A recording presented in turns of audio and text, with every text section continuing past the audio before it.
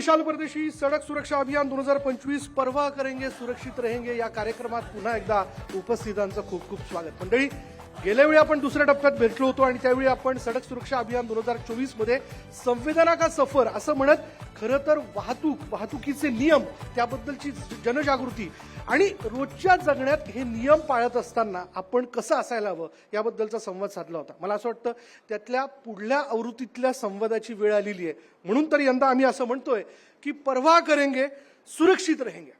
काय असेल मंडळी आजच्या कार्यक्रमाचा उद्देश तुम्हाला सगळ्यांनाच ठाऊक आहे, पण थोडक्या शब्दात तुम्हाला व्यक्त करायचा आहे। मी आपल्याच नागपूरच्या परिवहन विभागाच्या ऑफिसमध्ये गेलो होतो, जिथे मला एक छानसा मजकूर वाचायला मिळाला। मला असं वाटतं त्या मजकुरातले शब्दच आजच्या या कार्यक्रमाच्या प्रस्तावनेतले ठरू शकतात असं मला स्वतःला वाटतं।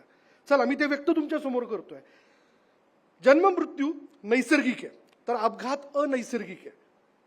कुठलाही आजार किंवा शारीरिक व्याधी नसताना बेजबाबदार वर्तनातून जीव गमावणं म्हणजे अपघात। अपघाताची कारणं अनेक, परंतु विनाकारण रस्त्यावर सैराट झाल्यासारखे बेभान वर्तन करणं हे अपघाताचं मुख्य कारण। मानवी जीवन एकदाच मिळतं, हो तुम्ही सगळे सहमत आहात, मानवी जीवन एकदाच मिळतं, लाईफ एक ही बार मिळता है दोस्तों। त्याच्यामुळे हे असं अपघातात मृत्युमुखी पडण्यासाठी हे आयुष्य नव्हे, हो आयुष्य फुल लाईफ जगूयात। अपघात टाळता येतो आणि जीव वाचवता येतो यावर विश्वास ठेवा आणि आत्मपरीक्षण करा। सर्व उत्तरं तुम्हाला आपोआप मिळतील, फक्त यासाठी मानवतावाद समोर ठेवून आपल्या संवेदना आणि चेतना जागृत ठेवण्याची गरज आहे। काय? संवेदना आणि चेतना। प्रत्येक जण आपल्या कुटुंबासाठी, समाजासाठी आणि राष्ट्राकरता अनमोल आहे। तुमचं सुदृढ अस्तित्व समस्त सजीव सृष्टीचं संवर्धन आणि कल्याण करू शकेल। आम्हाला तुमच्या अस्तित्वाने सृजन साध्य करायचं आहे। कृपया आपल्या प्रियजनांकरिता अपघात टाळता येतो यावर आत्मपरीक्षण आणि सखोल विचार करा। शेवटी अपघात निवारण हीच आपली खरं तर यापुढचं ध्येय असलं पाहिजे, हेच आपल्या हाती आहे। त्याच्यामुळे हा जो मजकूर आहे, मला असं वाटतं मी त्यांचं नाव पण या ठिकाणी मेन्शन करून घेतलं, ते म्हणजे रवींद्र भुयार सहप्रवासी असं त्याच्या खाली लिहिलेलं होतं, म्हणून हा मजकूर तुमच्या समोर मला ठेवावासा वाटला, कारण यातनंच आजचं खरं तर प्रस्तावना या ठिकाणी म्हणता येईल। मी या 4 पद तुमच्या समोर या निमित्ताने ठेवतोय। एक म्हणजे परवा, काळजी, दुसरा म्हणजे पहल म्हणजे सुरुवात, तिसरा म्हणजे प्रयास म्हणजे प्रयत्न, आणि चौथा म्हणजे परिवर्तन। हे 4 पद आपण समोर ठेवूयात, ज्याच्या निमित्ताने म्हणजे ज्याला जर आपण जवळ केलं आणि हा मूलमंत्र या वर्षाचा जर मी स्वतः जवळ ठेवला तर मला असं वाटतं की आज होणारे अपघात आपण टाळू शकतो। ही फार चिंतेची बाब आहे। या अपघातातली आकडेवारी ही अस्वस्थ करणारी आहे, म्हणून मंडळी आम्ही आवर्जून या ठिकाणी प्रत्येकाला असं सांगतोय की परवा करेंगे सुरक्षित रहेंगे असं म्हणत असताना आज नागपूरकरांसमोर आम्ही संवाद साधणार आहोत, यातल्या वेगवेगळ्या पैलूंना घेऊन त्याला आम्ही स्पर्श करणार आहोत। कदाचित तुम्हाला असं हे माहिती असतं आपल्याला सर्वसामान्य माणूस म्हणून, अरे हो लाल लाईट लागला म्हणजे मला गाडी थांबवायची आहे, येलो लागला म्हणजे मला सांगितलं गेलेलं आहे की हा मला आता थांबायचं आहे, आणि ग्रीन लाईट लागला म्हणजे मला इथून गाडी पुढे न्यायची आहे। पण आपल्यातलीच बरीच काही द्वाड मंडळी असतात जे मात्र वाहतुकीचे नियम पाळत नाही, ज्यामुळे मला असं वाटतं वेगवेगळे नियम न पाळल्याने हे अपघात होतात। हे थांबवणं आपल्या हातात आहे, मानवी स्वभावात आहे। याची सुरुवात आपण मला असं वाटतं 4 पणे आपण करू शकतो। म्हणून आजच्या या पहिल्या परिसंवादाला आज मी सुरुवात करणार आहे। या सर्व परिसंवादाचा विषय आहे रस्ते सुरक्षा, कायदा आणि पालन। पुन्हा एकदा सांगतोय, रस्ते सुरक्षा, कायदा आणि पालन। आणि या परिसंवादामध्ये मान्यवर पाहुणे आज आपल्यामध्ये उपस्थित आहेत, ज्यांना आपण सहभागी करून घेणार आहोत, त्यांचं स्वागत आपण करणार आहोत। पण तत्पूर्वी व्यासपीठावर मी आमंत्रित करतोय आमचे नागपूरचे ब्युरो चीफ उदय तिवंडे यांना की यांनी इथं व्यासपीठावरती यावं। त्या पाठोपाठ मी आज जी मान्यवर मंडळी या परिसंवादात सहभागी होत आहेत तुमच्याशी ते संवाद साधणार आहेत, म्हणजे परवा करेंगे सुरक्षित रहेंगे असं आवर्जून तुम्हाला ते सांगणार आहेत। सगळ्यात पहिल्यांदा व्यासपीठावर मी आमंत्रित करतोय राज्य परिवहन आयुक्त विवेक भीमनवार यांचं आपण जोरदार टाळ्यांमध्ये स्वागत करूयात। गेल्या वेळी देखील भीमनवार साहेब आपण आवर्जून वेळात वेळ काढून उपस्थित झाला होतात, त्यांचं स्वागत आपण करणार आहोत। यानंतर पुढे मी आमंत्रित करतोय अर्थातच वाहतूक शाखा नागपूरचे उपायुक्त अर्चित चांडक यांना की यांनी देखील इथं उपस्थित व्हावं। अर्चित चांडक हे नागपूरचे भूमिपुत्र, इथले भूमिपुत्र, म्हणून मला असं वाटतं नागपूरकर या सगळ्या याच्यामध्ये कशा पद्धतीने नियम पाळतात।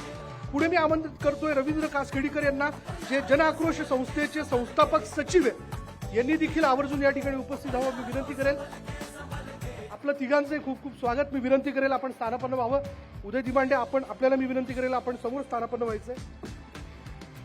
मंडळी, सडक सुरक्षा अभियान 2025 परवा करेंगे सुरक्षित रहेंगे या कार्यक्रमातल्या पहिल्या परिसंवादात आपलं सगळ्यांचं खूप स्वागत. रस्ते सुरक्षा कायदा आणि पालन, हो, जिव्हाळ्याचा विषय. कायदे आहेत त्याचं पालन केलं पाहिजे आणि पवित्ररित्या गेलं पाहिजे असं आपण वारंवार सांगतो, पण ते काहीसं होताना दिसत नाही. काहीसं ते यशस्वी देखील झालेलं आहे. म्हणून तर आवृत्ती पर आवृत्ती आपल्याला लोकांना हे आपल्या संवादाच्या माध्यमातून, या जनजागृतीच्या माध्यमातून समजून सांगणार आहे. आणि आज हा संवाद साधण्यासाठी मान्यवर मंडळी व्यासपीठावर उपस्थित आहेत. आपल्यासोबत आहेत राज्य परिवहन आयुक्त विवेक भीमनवार, आपलं खूप स्वागत. त्याचबरोबर आपल्यासोबत उपस्थित आहेत वाहतूक शाखा नागपूरचे उपायुक्त अर्चित चांडक, आपलंही खूप खूप स्वागत. आणि अर्थात या विषयाला घेऊन गेली अनेक वर्ष काम करतात ते जन आक्रोश संस्थेचे संस्थापक सचिव रवींद्र कासखेडीकर. सर, आपण ज्येष्ठ म्हणून तर बरंच काही या ठिकाणी आपले अनुभव आणि बरेचसे मुद्दे स्पष्ट करू शकता. आपलंही खूप खूप स्वागत. सर, थेट पहिल्या मुद्द्याला हात घालतो. परवा करेंगे सुरक्षित रहेंगे असं आपण म्हणत असताना ड्रायव्हिंगमध्ये बदल, सुरक्षित रस्ते, सुरक्षित भविष्य हे मुद्दे देखील लोकांसमोर घेऊन चाललोय. आपल्या संवादाचा हा तिसरा टप्पा आहे. गेल्याही वेळी आपण भेटलो होतो, संवेदना का सफर असं म्हणून संवाद आपण साधला होता. अपघात रोखताना या सगळ्या गोष्टी आपण समजून सांगतोय, पण ते किती यशस्वी होत आहेत? कारण 2023च्या आकडेवारीनुसार मंडळी या वर्षामध्ये म्हणजे 2023 मध्ये साधारण 1,72,000 मृत्यू झाले अपघातात. भयानक आहे, धक्केदायक आहे. यात कोणाची तरी आई आहे, कोणाचा तरी भाऊ आहे, कोणाचे तरी वडील आहेत, ज्यांचं जाणं, आपल्यातला आपला माणूस जाणं हे दुःख कधी न भरून येण्यासारखं आहे. 53 अपघात, ज्यामध्ये 19 मृत्यू प्रत्येक तासाला होत आहेत. प्रत्येक तासाला अपघात, हे थांबवू नाही शकत आपण. दुसरं, आता यात अस्वस्थ करणारा विषय म्हणजे सायकल, दुचाकी आणि पादचारी यांची जर टक्केवारी लक्षात घेतली तर ती 64% इतकी आहे. आणि सगळ्यात वाईट काय, तर 9,000 लहान मुलं 2023 या वर्षभरात गेली. सर, 2024 आपण पाहिलं, 2025 ज्याची सुरुवात आपण केली आहे, याची आकडेवारी कमी झाली आहे असं जर आपण एक वेळ अपेक्षित धरलं तर अपघात का थांबत नाही? तुमचं काय निरीक्षण आहे? 2024ची आपल्याला अजूनपर्यंत अधिकृत आकडेवारी आलेली नाही आहे, पण मी सांगतो 2023 या वर्षामध्ये महाराष्ट्रामध्ये 2022च्या तुलनेने 3% अपघाती मृत्यू कमी झाले. एवढं करून देखील जवळपास 15,338 इतक्या लोकांना मृत्यू झाला. परंतु या समाधानाची बाब एवढीच आहे की आपण जर 1990 पासूनचा सगळा डेटा घेतला तर 1990 पासून ते अगदी 2023 पर्यंत दरवर्षी 6 ते 10% अपघात मृत्यूमध्ये वाढ होते, फक्त मधले कोविडचे 2 वर्ष सोडले. त्यामुळे ज्या काही आता उपाययोजना सुरू केलेल्या आहे आणि विशेषतः माननीय मंत्री नितीन गडकरी साहेबांनी सांगितलं की आज जर त्यांच्या विभागाची सगळ्यात जास्त जी प्रायोरिटी आहे ती रस्ते अपघातातले मृत्यू कमी करणं आहे. त्यामुळे हा जो एक ट्रेंड आता सुरू झालेला आहे उत्तरचा, मला खात्री आहे की पुढच्या काळात देखील यामध्ये अनेक अपघात कमी होतील. आपण तो मुद्दा विचारला की अपघात कमी का होत नाही. 84% अपघात हे ह्युमन बिहेवियरमुळे होतात, ड्रायव्हरच्या मिस्टेकमुळे होतात. अगदी बरोबर. आणि ह्युमन बिहेवियर हा जो आहे हा एक डिसिप्लिन लावायचा भाग आहे आणि आपण एक एन्फोर्समेंटचा भाग आहे. आपण जर बघितलं तर जगातल्या अनेक देशांनी, आता एक स्टॉकहोम डिक्लेरेशन आहे, त्यांनी म्हटलं की 2030 पर्यंत 50% अपघात कमी करायचे आहे. आम्ही अनेक देशांचा अभ्यास केला, पण त्यातले जे 2 देश आहेत ज्यांच्याशी आपल्याला कम्पेअर करता येते ते म्हणजे व्हिएतनाम आणि तैवान. याच्याकरता की या दोन्ही देशांमध्ये 70% टू व्हीलर पॉप्युलेशन आहे आणि आपल्याकडे 70 व्हीलर टू व्हीलर पॉप्युलेशन आहे. आपण सांगितलं की आपले 65% अपघात हे 4 चाकांचे आणि टू व्हीलरचे आहे. बरं, या दोन्ही देशांनी 5 वर्षामध्ये जवळपास 50% अपघात मृत्यू कमी करून दाखवलेले आहेत. काय, कसं काय? यांनी काय केलं तर यांनी या दोन्ही गोष्टींमध्ये अगदी वरपासनं ते खालपर्यंत प्रत्येक माणसाच्या, प्रत्येक चालकाच्या मध्ये एक डिसिप्लिन रुजवली आणि स्ट्रिक्ट एन्फोर्समेंट. याच्यामध्ये असं कोणतं रॉकेट सायन्स नाही आहे की जी गोष्ट आपल्याकडे नाही त्यांच्याकडे आहे. हा फक्त एक बिहेवियरचा प्रश्न आहे, बिहेवियर चेंज करायचा प्रश्न आहे आणि एन्फोर्समेंटचा प्रश्न आहे. आणि अतिशय अवॉइडेबल गोष्ट आहे. जेव्हा जगात सगळे लोक करतात आपण देखील करू शकतो. आज भारत, आपण तिसरी अर्थव्यवस्था जगातली बनण्याकडे चाललेलो आहे आणि जर 1,80,000 लोक जर मृत्यू होत असतील, आपला 3% GDP जात असेल, म्हणजे जोहान्सबर्ग सारखं एखादं शहर दरवर्षी आपल्या अपघातातून नष्ट होत अशाचा जो भाग आहे. त्यामुळे वाटतं या गोष्टीकडे सगळ्यात जास्त प्राधान्य द्यायची आजच्या दिवशी गरज आहे. चांडक सर, आपण नागपूरकर आहात, भूमिपुत्र आहात, त्यामुळे अर्थात इथं पोस्टिंग झाल्यानंतर त्यांच्यावरती सगळ्यात मोठी जबाबदारी अशी आहे की नागपूरकर जर शिस्त पाळत नसतील तर त्यांना शिस्त लावणं. बरं, तरुण वयात तुम्ही नागपूरकर मंडळींना शिस्त लावण्याचा या पदावरती राहून प्रयत्न करणार आहात. आजही मी हेल्मेट का घालतो तर मला दंड होऊ शकतो, पण मी ही भावना का अजून माझ्या मनात रुजवून घेत नाहीये की जर मी हे घातलं नाही आणि जर अपघात झाला तर माझा जीव जाऊ शकतो. काही मानसिकता बदलू शकत नाही आपण. बरोबर आहे. हे आम्ही पण बघितलेलं आहे की भरपूर लोक जर आमच्या ट्रॅफिकच्या चौकामध्ये उपस्थित आहे, जर त्यांनी ते आले चौकामध्ये, त्यांनी बघितलं की ट्रॅफिकचा अंमलदार आहे, ते लगेच हेल्मेट काढतात गाडीमधून आणि हेल्मेट घालतात. आणि आम्ही आमचे पण अवेअरनेस सेशन्स भरपूर होतात. आम्ही सर्व लोकांना हेच सांगतात की बघा, हे जे हेल्मेट आहे हे तुम्हाला तुमचे पूर्ण जीवनमध्ये फक्त एकदा उपयोगी ठरणार आहे, आणि ते एकदा जेव्हा ठरणार आहे तेव्हा तुमचा जीव वाचणार आहे. ते हेल्मेट जे आहे ते तुम्हाला असं वाटत असेल की अरे भरपूर भार आहे डोक्यावर, हे आहे ते आहे, परंतु once in your life it will prove beneficial, and that one day it will be worth it.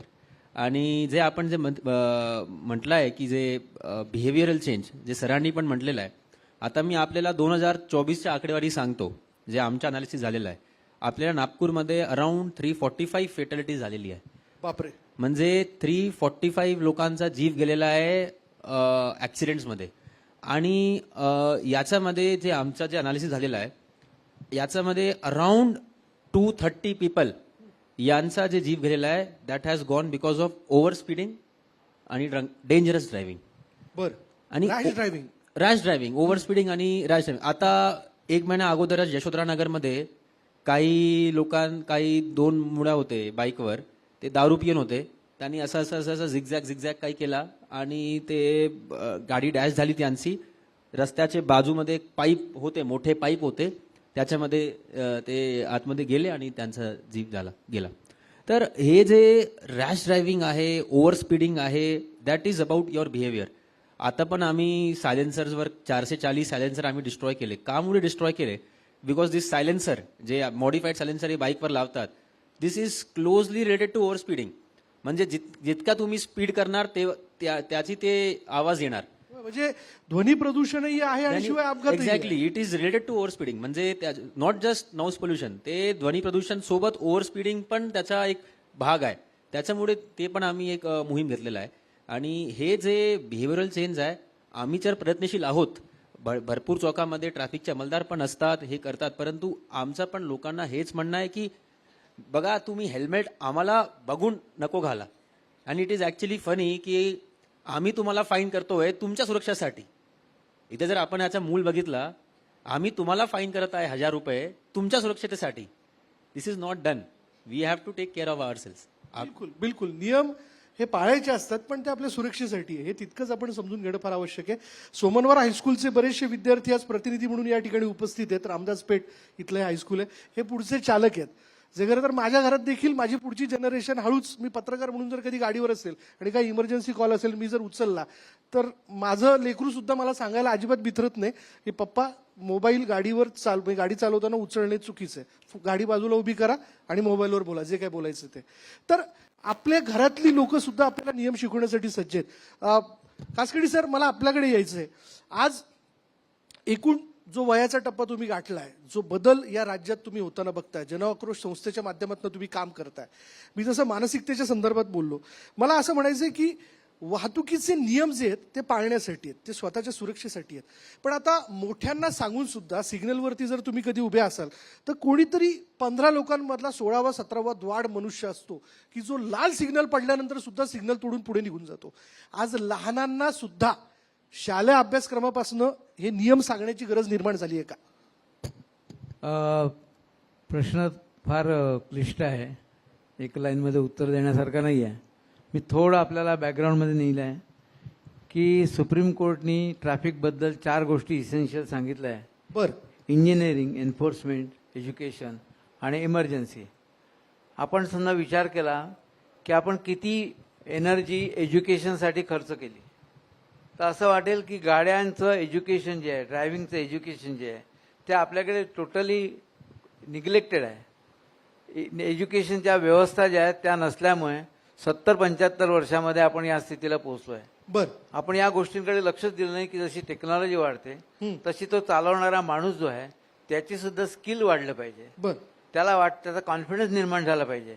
आता हे सगळे जे आहेत ॲक्सिडेंट्स, आता जर कुर्ल्याचा एक ॲक्सिडेंट झाला, ॲक्सेलरेटरवरती त्यांनी ब्रेकच्या ऐवजी ॲक्सेलरेटरवरती ब्रेक पाय ठेवला आणि 3-4 लोकांना उडवून टाकलं. बरोबर. याचं कारण असं आहे की टेक्नॉलॉजी जरी वाढत चांगली होत असली तरी आम्ही ड्रायव्हर्स जे आहेत ना त्यांच्यासाठी एज्युकेशनची काही सिस्टीमच नाही आहे. जन आक्रोशनीचा प्रयत्न केला की म्युन्सिपल कॉर्पोरेशनचे जे 1000 बसचे ड्रायव्हर्स आहेत त्या सगळ्यांचं कोचिंग केलं आम्ही आणि वी आर व्हेरी हॅपी की या कोचिंगमधनं त्यांच्या ड्रायव्हिंग स्किलमध्ये इम्प्रूव्हमेंट झालेली आहे. दुर्घटनांची संख्या कमी झाली आहे. अनफॉर्च्युनेटली आपण या गोष्टींकडे लक्ष दिलं नाही असं मला वाटतं. आणि जे सगळ्यांनी करण्याचा विषय आहे तर जन आक्रोश गेले 12 वर्षे हेच काम करत आहेत. दर चौकामध्ये दर बुधवारी उभं राहणं, शाळेतल्या मुलांना सांगणं. अजून unfortunately we couldn't take this subject in your curriculum. 1.5 lakh लोक मरून सुद्धा त्याची कारणमीमांसा, त्याचं प्रशिक्षण, प्रबोधन हे आम्ही आमच्या शाळेच्या मुलांना अजून करू शकलो नाही. म्हणजे how careful we are about this subject, how serious about this subject we are. म्हणून मला असं वाटतं की सगळ्यात पहिले जे संबंधित लोक आहेत म्हणजे RTO आणि ट्रॅफिक पोलीस या दोघांनीही या गोष्टींकडे लक्ष दिलं पाहिजे की आपल्या करिक्युलममध्ये हा विषय कसा येईल. कारण 80% दुर्घटना या गाडी चालवणाऱ्याच्या निग्लिजन्समुळे होतात आणि मेकॅनिकल वगैरे फार कमी असतात. दुर्घटना होतात ते म्हणजे निष्काळजीपणामुळे. या निष्काळजीपणाला समजा आपण आळा घातला तर नक्कीच 10 वर्षामध्ये आपल्याला सिस्टीम, आपण म्हणतो आम्ही 5 वर्षामध्ये 50% कमी करणार, हे अशक्य आहे. बरं. आधार काय आहे तुमचा? कारण काय तुम्ही काही प्रशिक्षण व्यवस्था केलं नाही. आज RTO मध्ये काय प्रशिक्षण होतं आपल्याला माहिती आहे. काउंटर चेक नाही आहे, ड्रायव्हिंग लायसन्सची अनास्था, या सगळ्या गोष्टी माहिती आहे. पण तरी we make it tall claim की आम्ही 50% कमी करणार आहे. बरं. We have to very serious about this subject. आणि खूप मोठ्या प्रमाणात व्यापक मानणं, लोकप्रबोधन, गाडी चालवणाऱ्याची जबाबदारी ही सांगितलं पाहिजे. एक छोटा फक्त minute, I will take only 1 minute. आम्ही RTO नागपूरला 1912 ते 19 पर्यंत सगळे जे कमर्शियल व्हेकलचे ड्रायव्हर्स आहेत त्यांचा कोचिंग कार्यक्रम फ्री ऑफ कॉस्ट ठेवला. एका ड्रायव्हरला मी विचारलं की गाडी समजा तुमची जंगलामध्ये ब्रेकडाऊन झालं तर काय करता? तर तो म्हणतो की आम्ही गाडी तिथेच ठेवतो, त्याला गोटे बिटे लावतो, झाडं लावतो आणि गावात जाऊन मग ते ठीक करतो आणि मग घेऊन जातो. म्हटलं ठीक, गाडी झाल्यानंतर ते जे गोटे तुम्ही लावले होते ते हटवता का? तो प्रामाणिकपणे नाही साहेब, आम्ही नाही हटवत, आम्ही तसेच सोडून चालले जातो. आता तुम्ही सांगितलं आम्ही त्याची काळजी करू. ॲज अ रिझल्ट 5% ॲक्सिडेंट्स जे आहेत नाही अशा या चिल्लर कारणांना मिळतात. आपल्याला अनलाइज केलं पाहिजे की कोणते इमिनेंट कारण आहे. त्या कारणांसाठी आपल्या विद्यार्थ्यांना, आणि विद्यार्थी खूप सेन्सिटिव्ह आहे.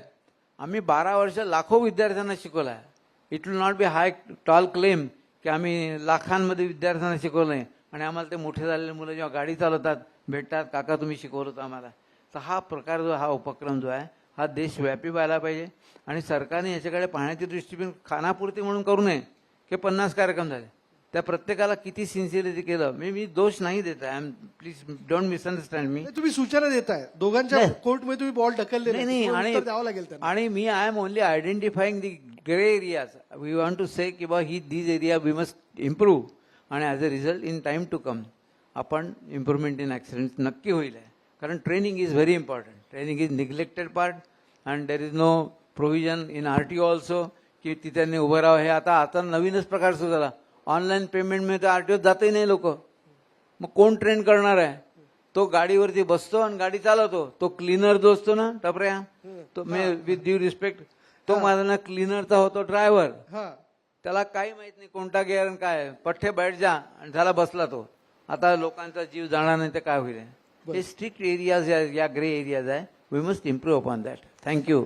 काही गोष्टींवरती तुमचंही नियंत्रण आवश्यक आहे आणि तुमचंही आहे अर्थात.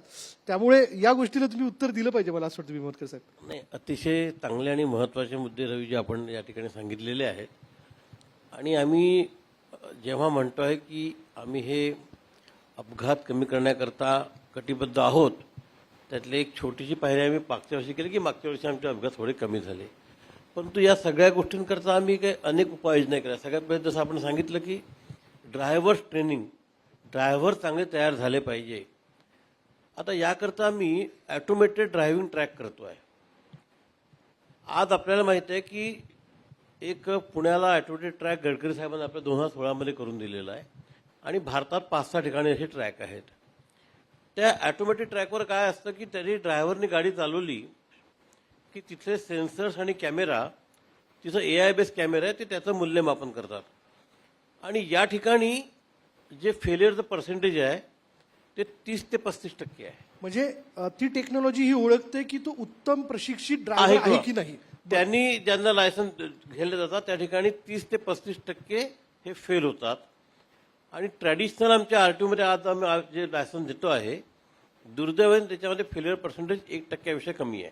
बर, त्यामुळे निश्चितपणे आमच्या लायसन्सिंग सिस्टीममधला हा जो दोष आहे तो आम्ही आयडेंटिफाय केला. आता आम्ही महाराष्ट्रामध्ये 40 ठिकाणी असे ट्रॅक उभारण्याचं काम सुरू करतो आहे.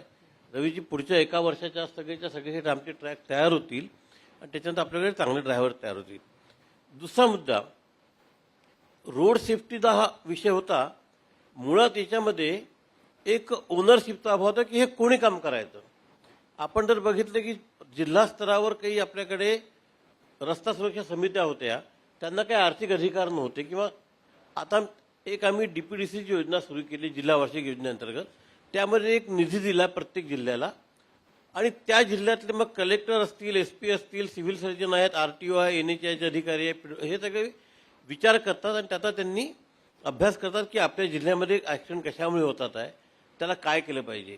तर पूर्ण प्रशासनाचं आपण जे इन्व्हॉल्वमेंट आहे हे आपण त्यामध्ये आता घेतलेलं आहे. पण किती वर्ष झाली त्यावर चर्चा करतोय आपण. आपण- असं काय करता. कारण याचं कारण होतो काय झालं की जेव्हा तुम्ही एखादी नवीन योजना जेव्हा करता त्यावेळेस ती योजना कार्यान्वित व्हायला जवळपास 1 ते 1.5 वर्ष लागतो. आणि या मधल्या काळामध्ये 2 निवडणुका आल्या आपल्या देशामध्ये, आपल्या राज्यामध्ये. यावर्षी त्यातल्या 8 ते 10 जिल्ह्यांनी कामं सुरू केलेली आहेत. आता बाकी जिल्ह्यांच्या आता जेव्हा DPDCच्या बैठका सुरू होतील तेव्हा ते निश्चितपणे कामं सुरू होतील. तिसरी गोष्ट, आपण मोठ्या प्रमाणामध्ये आता इलेक्ट्रॉनिक एन्फोर्समेंटला सुरुवात करणार आहे. मुंबई पुणे हायवेवर जुलै महिन्यापासून ITMA ज्याला म्हणतो आपण ते सुरू झालेलं आहे. आपण समजा जर कोणी इतक्यात प्रवास केला असेल मुंबई पुण्यात तर आपल्या लक्षात असेल की जवळपास आता हे जे जड वाहनं डावीकडनं चालतात आहे. 2024 मुंबई पुणे हायवेवर 29% हे मृत्यू कमी झालेले आहेत. समृद्धीवर देखील मागच्या वर्षी 146 मृत्यू होते 2023 2024 हे प्रमाण 94 झालं आहे. म्हणजे अजूनही जास्तच आहे. पण मी फक्त आपल्याला तुलनात्मक सांगतोय की आपण ज्या दिशेने काम करतोय ते. तिसरा, याशिवाय आम्ही जे काय करतोय की जे वाहनांचं जे टेस्टिंग आहे ते देखील आपण ऑटोमॅटिक करतोय. म्हणजे थोडक्यात आपण जिथं टेक्नॉलॉजीचा वापर करता येईल जसं आपण बोलले तो मॅक्सिमम वापर करून आणि त्याचा एन्फोर्समेंट करून आपण हा प्रयत्न करणार आहे. आम्ही काही रडार बेस आता कॅमेरे प्रोक्युअरमेंट केलेले आहे की ज्यामुळे विशेषतः हेल्मेटचा जो प्रश्न आहे, लाखो लोकांना ऑन रोड एन्फोर्समेंट करणं कठीण आहे, ह्युमन इंटरॅक्शन पॉसिबल नाही आहे. मग हे जे रडार बेस कॅमेरे आहे ते एका तासाला जवळपास 1000 ते 1200 चॅलेंज इश्यू करू शकतील. एवढ्या मोठ्या प्रमाणात आमच्या आता योजना आहेत. सर, तंत्र प्रगल्भ झालेलं आहे, ते असायला पाहिजे, त्याची अंमलबजावणी झाली पाहिजे, पण ते कालबद्ध वेळेत झालं पाहिजे. ते केव्हा होईल ते सांगा. मी आपल्याला तेच सांगितलं की या सगळ्या गोष्टी मागच्या वर्षी सुरू झाल्या म्हणून आपण तर बघितलं की 6 ते 8% वाढ न होता 3% घट झाली. हे एक थोडी म्हणजे आशेचा किरण आहे. समाधान तर नाही म्हणता येणार त्याला, पण एक आशेचा तुम्ही किरण आहे. सुरुवात करताना या प्रश्नाचं उत्तर देताना म्हणालात की आता हळूहळू एक पायरी चढलोय. हो. आता परिस्थिती अशी आहे की पायऱ्या वेगवान चढाव्या लागणार आहेत, वेगाने चढाव्या लागणार आहेत. निश्चितपणे चढावं लागतील. आणि या सगळ्या ज्या उपाययोजना सुरू केलेल्या आहेत आता त्याचा एक डेफिनेटली फायदा होईल. म्हणजे मी याच्यामध्ये फार आशावादी आहे खरं सांगायचं म्हणजे. कारण आता जे अवेअरनेस मागच्या काही वर्षामध्ये आलं आहे जिल्ह्यांमध्ये, गावागावांमध्ये, हे लोकांना देखील समजायला लागलं आहे की इतका महत्त्वाचा जीव हा अशा पद्धतीने जाणं आणि विशेषतः त्यातले 64% जे युवक जे आहे ते त्या घराचा जो कर्ता माणूस असतो तो त्या ठिकाणी जात असतो. या सगळ्या उपाययोजनांमुळे निश्चितपणे फरक पडेल. टेक्नॉलॉजिकली आपण काही करतो आहे. गाडीचे जे सेफ्टी स्टँडर्ड्स आहेत त्याच्यामध्ये देखील आता केंद्र सरकारने मोठ्या प्रमाणामध्ये बदल केलेले आहेत. रोड इंजिनिअरिंगमध्ये बदल केलेले आहे, रोड ऑडिटमध्ये आता बदल केलेले आहे. तर या सगळ्या गोष्टींचा आपल्याला निश्चितपणे या ठिकाणी आपल्याला इफेक्ट दिसेल. होय ना. कारण सगळ्या जगाने केलेलं आहे, त्याच्यामुळे भारत करू शकणार असं म्हणता येणार नाही पण आपल्याला. ज्या तांत्रिक संज्ञा तुम्ही समजून सांगितल्या टेक्निकल 2025 मध्ये त्याचं इम्प्लिमेंटेशन बघायला मिळेल. 100%. बरं आपण इनफॅक्ट आता माननीय मुख्यमंत्र्यांनी जेव्हा आपण 100 दिवसाचं सादरीकरण केलं, बरं 100 डेज ऍक्शन प्लॅन मध्ये काय करणार त्या गोष्टी सगळ्या आता मीडियामध्ये आलेल्या आहेत आणि याची पुस्तिका देखील सरकार 15 एप्रिलला काढणार आहे. त्यामुळे मी ज्या 3-4 गोष्टी सांगितलेल्या आहेत त्या तुम्हाला त्या पुस्तिकेमध्ये देखील झालेल्या दिसतील. बरं मी चांडक सर. आठवतो. हां एक नागपूरसाठी मी सांगतो, एक चांगला उपक्रम IITMS integrated intelligence traffic management system हे नागपूरमध्ये आता येणार आहोत. आता हे 2025 मध्ये याचा सुरू होणार आहोत. वर्क ऑर्डर पण झालेला आहे, किक ऑफ मीटिंग पण झालेली आहे. विदिन नेक्स्ट 12 to 16 मंथ्स हे इम्प्लिमेंट होणार आहे.